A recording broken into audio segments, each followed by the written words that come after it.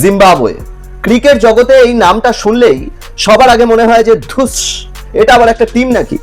এদের কাজ হলো এরা আসবে, খেলবে, হারবে আর দেশে ফিরে যাবে, এর চেয়ে বেশি কিছু নয়।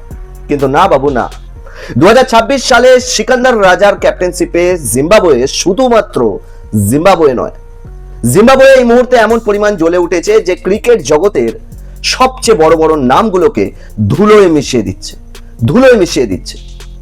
জিম্বাবুয়ে প্রথমে ওমানকে হারায়, জিম্বাবুয়ে অস্ট্রেলিয়াকে হারায় এবং এরপরে জিম্বাবুয়ে শ্রীলঙ্কার মাঠে শ্রীলঙ্কাকে হারিয়ে গোটা দুনিয়ার সামনে এলান করে দেয় যে Zimbabwe is back to the right track baby. হ্যাঁ, Zimbabwe is back to the right track. Zimbabwe এই মুহূর্তে সত্যি কথা বলতে কি যেভাবে খেলছে সেটা কল্পনার বাইরে। প্রথমে যখন অস্ট্রেলিয়াকে হারিয়েছিল জিম্বাবুয়ে, তখন ক্রিকেট ফ্যানেরা বলেছিল যে ধুস, এটা একটা শুধুমাত্র দুর্ঘটনা ছাড়া আর কিছু নয়। জিম্বাবুয়ে কি অস্ট্রেলিয়াকে হারাতে পারে? এরা মাঝে মাঝে জিম্বাবুয়ের মতন টিম অনেক সময় অঘটন ঘটিয়ে ফেলে, কিন্তু না, জিম্বাবুয়ে হিস্ট্রি রিপিট করেছে। হ্যাঁ, জিম্বাবুয়ে শ্রীলঙ্কার মাঠে গিয়ে শ্রীলঙ্কার আর প্রেমাদাসা স্টেডিয়াম কলম্বোতে শ্রীলঙ্কার হাজারো দর্শকের সামনে শ্রীলঙ্কান টিমকে গুঁড়িয়ে রেখে দেয়। শ্রীলঙ্কা প্রথমে টসে জেতে এবং টসে জিতে ব্যাটিং করবার সিদ্ধান্ত নেয় এবং শ্রীলঙ্কা রীতিমতো বোর্ডে যথেষ্ট পরিমাণ রান লাগিয়ে দেয়। কলম্বোর মাঠে 178 রানটা যথেষ্ট বড় মাপের রান। আর যদি সামনে জিম্বাবুয়ের মতন টিম থাকে, তাহলে অবভিয়াসলি শ্রীলঙ্কা এটাই ভেবেছিল যে 178 রানটা আমাদের জন্য যথেষ্ট ইনাফ। কিন্তু না, সত্যি কথা বলতে কি জিম্বাবুয়ে আজকে বুঝিয়ে দিয়েছে গোটা দুনিয়ার সামনে যে তারা শুধুমাত্র এই ওয়ার্ল্ড কাপে হিস্সা নিতে আসেনি, তারা এই ওয়ার্ল্ড কাপে লড়াই করে ফাইট করে ওয়ার্ল্ড কাপটা নিজের দেশে নিয়ে যেতে এসেছে। আর যদি ওয়ার্ল্ড কাপটা নিজের দেশে না নিয়ে যেতে পারে, তাহলেও অন্তত পরিমাণে দুনিয়ার সর্বসেরা যে সমস্ত ক্রিকেট টিমগুলো রয়েছে তাদেরকে বুঝিয়ে দিতে এসেছে যে জিম্বাবুয়ে ইজ ব্যাক। জিম্বাবুয়ে সঠিক রাস্তায় ফিরে এসেছে এবং জিম্বাবুয়ে নেক্সট টাইম থেকে ওয়ার্ল্ড কাপের জন্য লড়াই করবে। ওয়ার্ল্ড কাপের জন্য তারা শুধুমাত্র খেলবার জন্য আসবে না।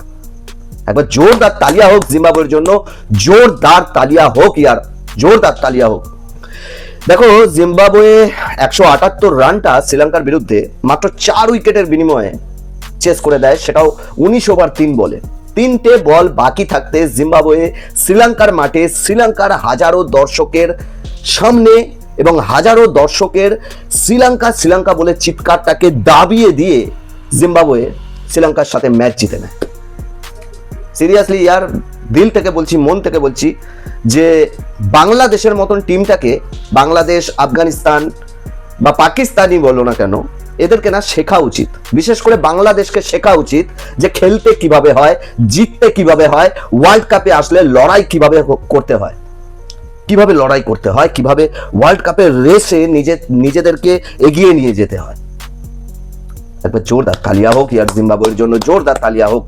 হ্যাঁ, মানছি হয়তো জিম্বাবুয়ে এই সুপার 8 থেকেই হয়তো দেশে ফিরে যেতে পারে, কারণ জিম্বাবুয়ে এবার মোকাবিলা করবে ওয়েস্ট ইন্ডিজ, ইন্ডিয়া, সাউথ আফ্রিকার মতন টিমেদের সাথে। এই মুহূর্তে এবার ফাইট করতে হবে জিম্বাবুয়েকে।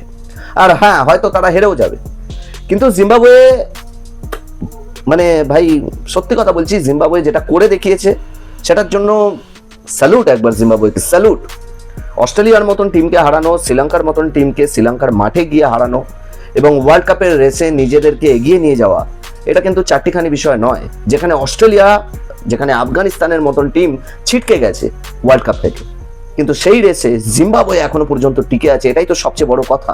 আর এটা শুধুমাত্র আগেকার সেই জিম্বাবুয়ের টিম নয়, এটা হলো সিকান্দার রাজার গ্যাং। আজকের ম্যাচটা সিকান্দার রাজা যেভাবে বের করেছে, সেটার জন্য স্যালুট মারা দরকার সিকান্দার রাজাকে, স্যালুট মারা দরকার। ভাই বেশি কিছু বলবো না, শুধু এটুকুই বলবো যে জিম্বাবুয়ে যেভাবে খেলছে, সুপার 8-এ জিম্বাবুয়েকে হালকায় মোটেও নেওয়া যাবে না এবং জিম্বাবুয়ের সামনে বোর্ডে ম্যাক্সিমাম 200 রান লাগাতে হবে, কারণ জিম্বাবুয়ে এই মুহূর্তে তাগড়া লেভেলের বোলিং করছে এবং তাগড়া লেভেলের ব্যাটিংও করছে এবং সোচ সমাজকে যেভাবে একটা বড় বড় কান্ট্রিগুলো যেভাবে ক্রিকেট খেলে, যেভাবে ইন্ডিয়া, সাউথ আফ্রিকা, অস্ট্রেলিয়া যেভাবে ক্রিকেট খেলে, ঠিক সেইভাবে সেই প্ল্যানিং হিসাবে জিম্বাবুয়ে রীতিমতো ক্রিকেট খেলছে। তো চলো ভাই, এর চেয়ে বেশি কিছু বলবো না। জিম্বাবুয়ের হয়ে আজকের ম্যাচ যারা বিশেষ করে দেখেছো, তারা অবশ্যই বলো যে খেলাটা কেমন লাগলো, আর কমেন্ট বক্সে তোমাদের ওপিনিয়নটা অবশ্যই শেয়ার করো। ভিডিও ভালো লাগলে লাইক কমেন্ট শেয়ার করে চ্যানেলটাকে সাবস্ক্রাইব করে দিও।